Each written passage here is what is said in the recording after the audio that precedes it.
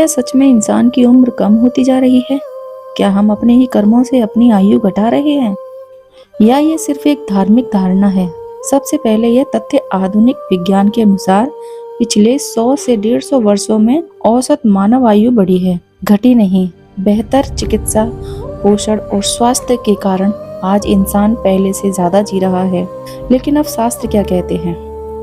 सनातन ग्रंथों जैसे मनुस्मृति, महाभारत और पुराणों में 4 युगों का वर्णन मिलता है: सतयुग, त्रेता युग, द्वापर युग और कलयुग। इन ग्रंथों के अनुसार सतयुग में मनुष्य की आयु हजारों वर्षों तक बिताई गई, लेकिन कलयुग में आयु लगभग 100 वर्ष या उससे भी कम मानी गई है।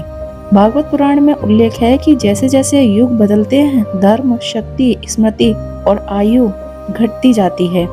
लेकिन ध्यान रहे, ये वर्णन धार्मिक और दार्शनिक संदर्भ में है। इन्हें आधुनिक वैज्ञानिकों में कोई प्रमाण नहीं किया गया। अब सवाल, शास्त्र आयु घटने का कारण क्यों बताते हैं?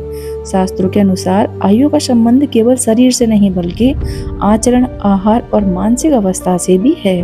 चरक संहिता और यजुर्वेद में स्पष्ट कहा गया है कि संतुलित जीवन शैली, गलत भोजन, क्रोध, चिंता और अनियमित दिनचर्या आयु को कम कर सकते हैं।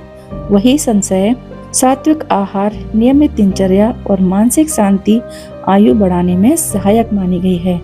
यहाँ एक महत्वपूर्ण बात, आयुर्वेद का यह दृष्टिकोण आज के विज्ञान से भी मेल खाता है, क्योंकि आधुनिक रिसर्च बताती है कि तनाव, नशा, जंक फूड, नींद की कमी और प्रदूषण जीवन काल को प्रभावित करते हैं। तो क्या सच में इंसान की उम्र घट रही है?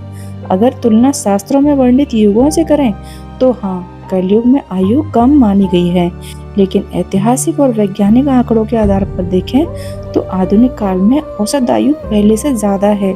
निष्कर्ष साफ है, शास्त्र हमें चेतावनी देते हैं कि अधर्म, असंतुलन और गलत जीवन शैली आयु को घटा सकती है।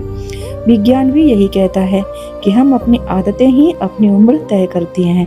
तो सवाल युग का नहीं है, सवाल हमारी जीवन शैली का है। जय सनातन।